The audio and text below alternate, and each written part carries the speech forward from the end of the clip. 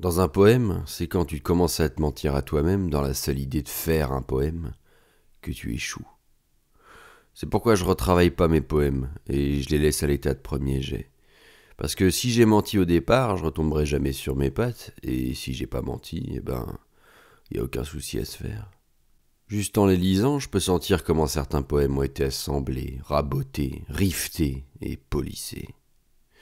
En ce moment, tu trouves un paquet de poésie de ce genre dans la revue Poetry de Chicago. Quand tu tournes les pages, rien que des papillons vidés aux trois quarts de leur sang. Je suis réellement choqué quand je parcours cette revue parce qu'il s'y passe rien. Et j'imagine que c'est ça, leur conception d'un poème. Mettons, rien ne se passe. Entre les lignes, un léger bruissement si subtil que tu peux même pas le sentir. Et voilà la chose taxée d'art intelligent. Mais couilles. On peut dire d'un art qu'il est intelligent lorsqu'il te secoue les tripes, sinon c'est du vent. Mais comment ça peut être du vent et figurer dans Poetry ? Dis-moi. En 56, quand j'ai commencé à écrire de la poésie, à l'âge ancestral de 35 ans, après avoir dégueulé mon estomac par la bouche et par le fion, j'ai eu assez de jugeote pour ne plus boire une goutte de whisky, même si une femme prétend m'avoir vu tituber près de chez elle vendredi soir avec une bouteille de port wine à la main. En 56, j'ai envoyé à Experiment une poignée de poèmes qu'ils ont acceptés. Et maintenant, 5 ans plus tard, ils m'annoncent qu'ils vont publier l'un d'entre eux. Si c'est pas un modèle de réactivité, ça, je m'y connais pas. Ils me disent que ça sortira en juin 61, et j'imagine qu'en le lisant, ça me fera l'effet d'une épitaphe. Après ça, elle m'a suggéré de lui envoyer $10 et d'adhérer à l'Experiment Group. Naturellement, j'ai décliné.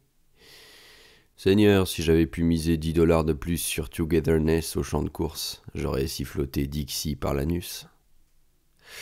Corrington me dit qu'il pense que Corso et Ferlinghetti ont le truc.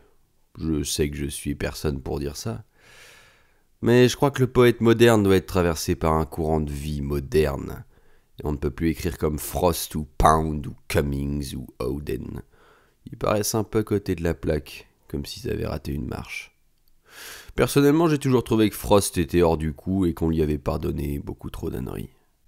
Et bien sûr, ils lui ont érigé une statue, comme un vieux bonhomme de neige, et ils l'ont laissé chialer lors de la cérémonie, par-delà son esprit et sa vue agonisante.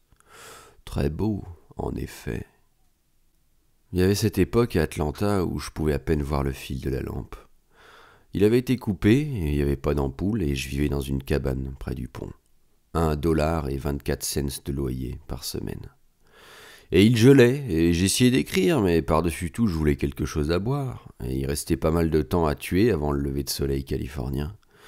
Alors je me suis dit qu'à cela ne tienne, je vais me réchauffer un peu, et j'ai attrapé les câbles et les ai serrés dans ma main.